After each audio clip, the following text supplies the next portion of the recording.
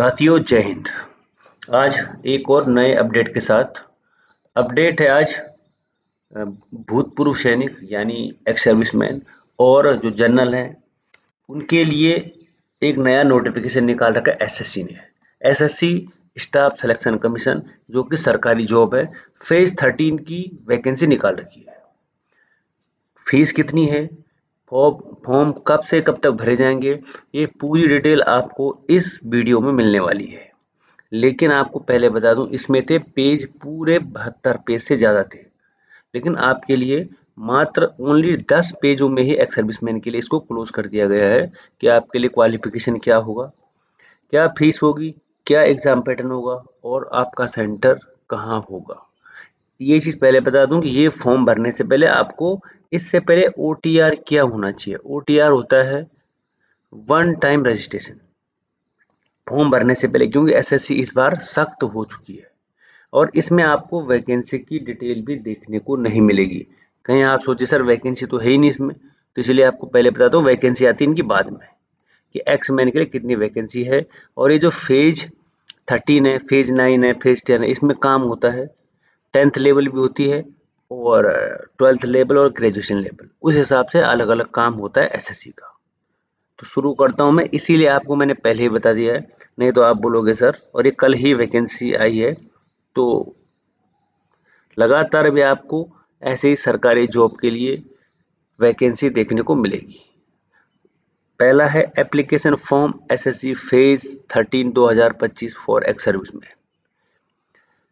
ये जो file number है headquarter RHQ S015-1-2025, staff selection commission होता है एसएससी, और date for submission of offline application की है 2 तारीख यानी कल से लेके और 23 तारीख तक, यानी आपके पास 20 दिन और होंगे।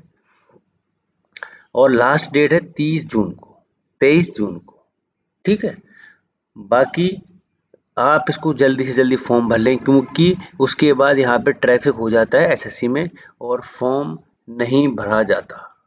ठीक है, नेक्स्ट है, अब देखते हैं इसमें एज का क्या क्राइटेरिया एक्स सर्विसमैन के लिए। Relaxation in upper age limit, the relaxation upper age limit will be admissible to the eligible categories of application. अगर आपको नहीं दिख रहा होगा, थोड़ा बड़ा कर देता हूँ तो तब आपको दिख जाएगा, है ना। तो इसमें जो एज है, मैं आऊँगा केवल एक्स सर्विसमैन के लिए, है ना, क्योंकि एक्स सर्विसमैन के लिए ही आपको बताया जाता है। सब लोग एज के डाउट में रहते हैं, एज ये है एक्स सर्विसमैन की। कैटेगरी यहाँ पे लिखा है 3 years after deduction of the military service rendered from actual as on 1/8/2025। यानी आपकी जो मिलिट्री सर्विस है, आप जैसे आपकी एज आज 42 साल है और आप नौकरी करके आए 17 साल, ठीक है, तो अगर मैं 42 में से 17 साल माइनस कर दूंगा तो आप कितने हो जाओगे, 25 साल के। और 25 के बाद आपको 3 साल का एज रिलैक्सेशन मिल रहा है, तो यानी आप कितने साल के हो गए, 23।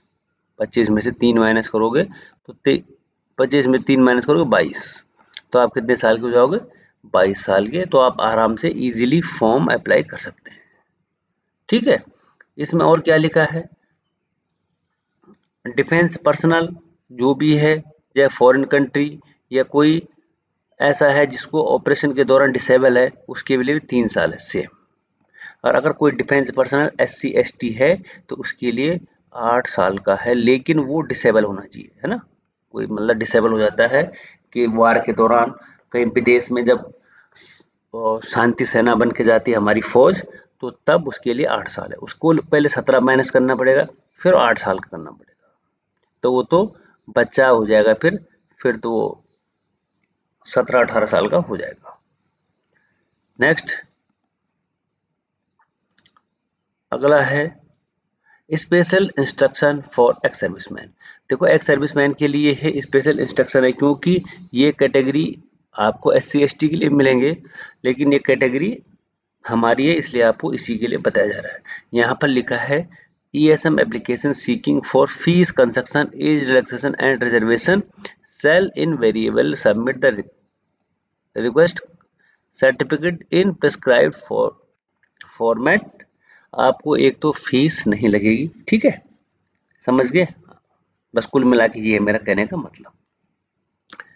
नेक्स्ट लिखा है vacancy for ex serviceman are reserve for only group C post as per extend government order instruction, कि जो भी इसमें पोस्ट आएगी ग्रुप सी की आएगी, जैसे ग्रुप ए की आ गई बड़े लेवल की, तो उसके लिए रिजर्वेशन नहीं है, केवल ग्रुप सी के लिए ही एक्स सर्विसमैन के लिए क्या हो जाएगा, रिजर्वेशन हो जाएगा। नहीं तो आप कल केस कर दोगे सर हम तो पास थे और हमारा रिजर्वेशन कहाँ गया।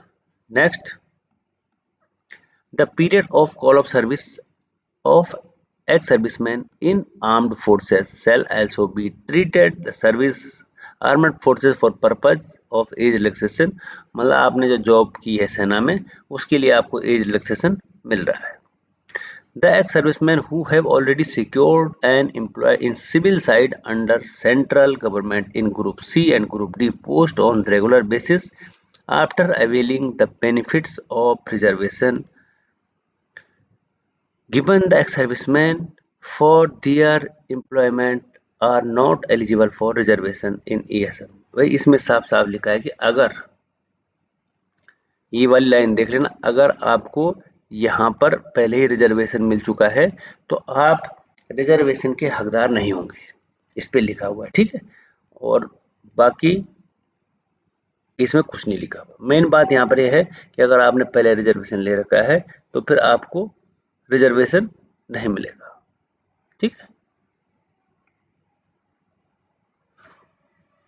अगला है a matriculate ex serviceman with includes of an ex-serviceman who has obtained Indian Army Special Certificate of Education, corresponding certificate in Navy or Air Force, who has put not less than 15 years service 1/8/2025 with armed forces, the union shall be considered eligible for appointment to Group C post having graduation as it is minimum education qualification. Again, post of ESM only subject of fulfilled of other eligibility condition of the post।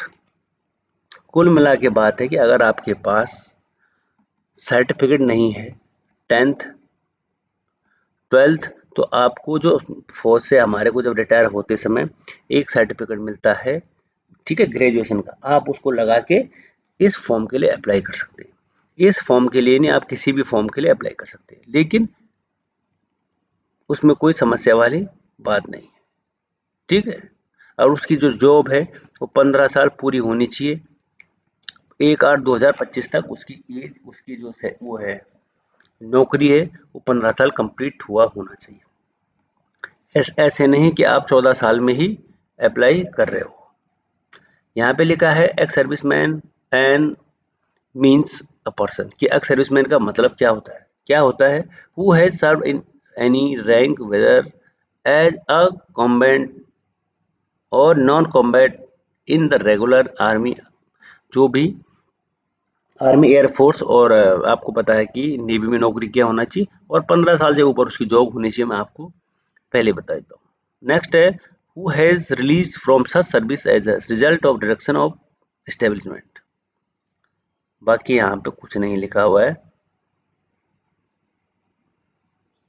यहाँ पर लिखा है personal who were deputation in army postal service for the more than 6 months prior 1987। Gallantry award कुछ नहीं है।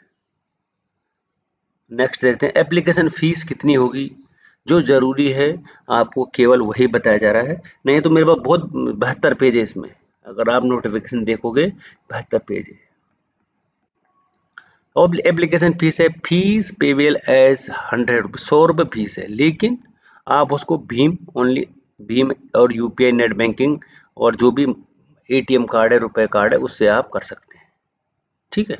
लेकिन लिखा है the women candidates and the candidates belonging to schedule caste यानी SC ST PWD और ex serviceman eligible for reservation और exempted from payment fees, कि एग्जेम्प्टेड है कि एक्स सर्विसमैन को फीस नहीं लगेगी, ठीक है। अब फीस कब तक है, अब हमने उससे क्या करना है, जब तक भी हो, क्यों रिफंड का भी हमने कुछ नहीं करना है कि अगर यहाँ बोलते कोई दिक्कत होती है तो आपको फीस भी रिफंड की जाएगी।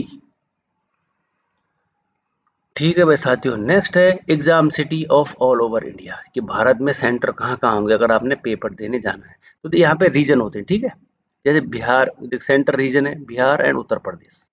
तो उसका देखो एड्रेस ये है, regional direct centre staff commission Prayagraj में है इसका रीजन। आपने इससे कुछ नहीं लेना देना है। जब आप फॉर्म भरोगे तो आपके लिए सेंटर पूछेगा, आपके नियरेस्ट आप जहाँ से भी हैं। अगर आप मेरठ आगरा से हैं तो आपको पूछा जाएगा। देखो इसमें आगरा भी लिखा है, बरेली है, झांसी है, लखनऊ है, वाराणसी है, कानपुर है, मेरठ है, भागलपुर है, गया है, ये बिहार में है।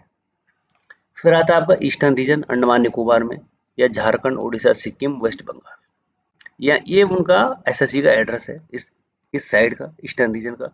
और उसमें आपको देखो कटक, राउरकेला, गंगटोक, कोलकाता, ये तुम्हारे को ईस्टर्न रीजन का देखने को मिल जाएगा। नेक्स्ट है कर्नाटका, केरला रीजन, लक्षद्वीप। उसमें आपको देखो बेंगलुरु, तिरुवनंतपुरम, कोल्लम, ठीक है, उडुपी, हुबली एंड कन्नूर, यहाँ पर ये इनका एड्रेस यहाँ पे हो जाएगा। आपको इस एड्रेस से कोई लेना देना नहीं है। जब तो कोई समस्या होती है तब कोई बात है। यहाँ पर है छत्तीसगढ़, मध्य प्रदेश। इसमें देखो ग्वालियर है, इंदौर है, जबलपुर है, सतना है, बिलासपुर है। यहाँ पर आप एग्जाम देने जा सकते हैं। एक और पेज बचा है नॉर्दर्न रीजन का। सबसे इम्पोर्टेंट, नॉर्दर्न वाले बहुत कंपटीशन फाइट करते हैं। NER है वैसे नॉर्दर्न ईस्टर्न में, गुवाहाटी, दिसपुर, डिब्रूगढ़ और कोहिमा। यहाँ के लोगों के लिए आइजल ये सेंटर है। ये है नॉर्दर्न रीजन, जिसमें है दिल्ली, राजस्थान, उत्तराखंड। कौन कौन है? अजमेर, बीकानेर, देहरादून, रुड़की, हल्द्वानी, उदयपुर, सीकर, जयपुर, दिल्ली, जोधपुर, ये। और यहाँ का रीजन है दिल्ली में। और एक आता है नॉर्दर्न वेस्टर्न रीजन, यानी चंडीगढ़, हरियाणा, हिमाचल प्रदेश। इसका कोई आपने लेना देना नहीं है वैसे। चंडीगढ़, हमीरपुर, हिमाचल वालों के लिए है ये, क्योंकि वो लोग भी बहुत पेपर देते हैं। और एक है साउथर्न रीजन, जिसमें आता है तमिलनाडु, पुदुचेरी, तेलंगाना वगैरह वगैरह। नेक्स्ट, अब आता है एग्जाम सब्जेक्ट एंड मार्क्स की, क्या एग्जाम का पैटर्न होगा। There will be 3 separate computer based examination of auxiliary type multiple choice for the post of education qualification of matriculation level, 10th level, 12th level. ये अलग अलग level का होगा, लेकिन पैटर्न सेम यही होगा। जब आप पेपर देने जाओगे आपको तैयारी इसी चीज़ की करनी है। जनरल इंटेलिजेंस 25 क्वेश्चन होंगे 50 नंबर के। इसका मतलब एक क्वेश्चन 2 नंबर का होगा। जनरल अवेयरनेस, इसका मतलब जो रीजनिंग होता है, ठीक है। और जनरल अवेयरनेस यानी जीके, ये होगा 50 नंबर का। क्वांटिटिव एप्टीट्यूड ये है मैथ्स, जो कि 25 क्वेश्चन होंगे और 50 नंबर के होंगे। फिर आता है इंग्लिश लैंग्वेज, इंग्लिश है सेम 25 और 50 नंबर। समय आपके लिए 80 minute for the candidates eligible for, आपको दिए जाएंगे 60 मिनट। यानी 60 मिनट के लिए बोले तो आप 1 घंटा का समय आपके लिए हो जाएगा। 1 घंटे में आपने कर देना है इसको। नेक्स्ट लिखा है इसमें कि there are be negative marking of 0.50 marks for each wrong answer. अगर आपने गलत आंसर दे दिया तो आपका 0.50 यानी आधा नंबर कट जाएगा। ठीक है, ये कटता है। आपका जो पेपर होगा वो होगा हिंदी और इंग्लिश दोनों भाषाओं में। ठीक है, बाकी इसमें वैसे कुछ नहीं लिखा है। Skill taste like typing, data entry, अगर आप क्वालिफाई हो जाते हो जिस भी पोस्ट के लिए, 10 में, 12 वाली में या ग्रेजुएशन वाली में, तो उसके बाद तब टाइपिंग टेस्ट वगैरह वगैरह आपका हो जाएगा। पहले आपको प्री निकालना पड़ेगा, सबसे पहली बात है प्री। तो वो बात की बात है, आपको उसके लिए बाद में बताया जाएगा। सबसे पहले आपने ये वाला एग्जाम निकालना है, ठीक है। हाँ, क्योंकि ज़्यादा आगे की सोचना सही नहीं है। अगले है passing marks of ESM category, कि आपको भाई कितने मार्क्स ये पास होने के लिए, अगर आपने पेपर दे दिया तो।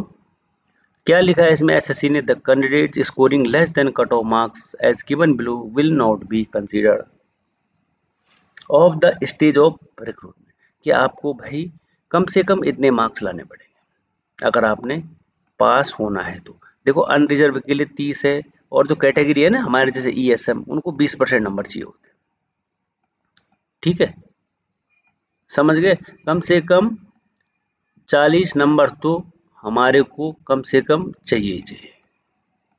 ठीक है, कम से कम 40 नंबर 200 में से हमारे को चाहिए। मतलब 40 में हम पास नहीं होंगे, लेकिन 40 से ऊपर के नंबर हमारे को आने चाहिए, तब हम पास हो सकते हैं। ठीक है, और बाकी इसमें क्या लिखा है, for vacancies reserve of PWD other ESM candidates, all the PWD ESM candidates who are qualifying the minimum cutoff we are shortlisted to scrutiny process। कि जो मिनिमम कट ऑफ है उसमें एक्स सर्विसमैन का क्वालिफाई कर दिया जाएगा, लेकिन आपको 40 मार्क्स तो चाहिए होते हैं ना। 40 से अगर नीचे भी आ जाए, अगर बंदे कम हैं तो आपको पास कर दिया जाएगा, ऐसी कोई दिक्कत वाली बात नहीं है। और बाकी कुछ है नहीं है। अब आते हैं, इस बार SSC बहुत टाइट हो रखा है दोस्त साथियों, एक्स सर्विसमैन भाइयों। मैं बता रहा हूँ इस बार एक्स सर्विस जो अब जब आप फॉर्म भरोगे ना, तो कई बार तो आपके लिए OTP आएगा। किस पे? मोबाइल पे। जब आप आधार कार्ड डालोगे, बहुत दिक्कत है इस बार, SSC ने बहुत टाइट कर रखा है। खाली मैं पढ़ूंगा मेन है ना, लंबा चौड़ा पढ़ के कोई फायदा है नहीं। Before applying the candidates are advise to go through the instruction given to the notice of examination very carefully. The notice examination is printed both in English and Hindi. In case of any dispute, the English version will prevail. अगर वो बोल रहे हैं कि भाई तुम हिंदी और English में जो अगर आपने अप्लाई कर रखा है और आपका अगर हिंदी में सही है और इंग्लिश में गलत है, तो आपको हिंदी वर्जन ही मतलब उसको प्रेफरेंस दी जाएगी। पेपर में जाओगे, आधार कार्ड जरूर ले जाना। ठीक है, यहाँ पर लिखा है candidates are advise in their own interested to submit online application much before the closing date and not to wait till the last date. कि भाई तुम लास्ट डेट का इंतजार मत करो, जल्दी से जल्दी आप फॉर्म भर सकते हो। फॉर्म भरने का तरीका मैंने बोला, आपको OTR करना पड़ेगा, वन टाइम रजिस्ट्रेशन। जैसे फॉर्म भरते वैसे ही आप किसी कंप्यूटर के पास जाओगे, वो आपका फॉर्म भर देगा। 23 तारीख तक है इसकी लास्ट डेट। इसमें प्रूफ क्या क्या चाहिए? Proof of name, Aadhaar card, voter ID, PAN card, driving licence, government ID, government service identity card और पेंशन डॉक्यूमेंट जो हमारे पास होते हैं। बर्थ के लिए तो स्कूल लिविंग सर्टिफिकेट हो गया, आधार कार्ड हो गया, और address, driving licence, bank statement, ये इसके लिए डॉक्यूमेंट हो जाएंगे।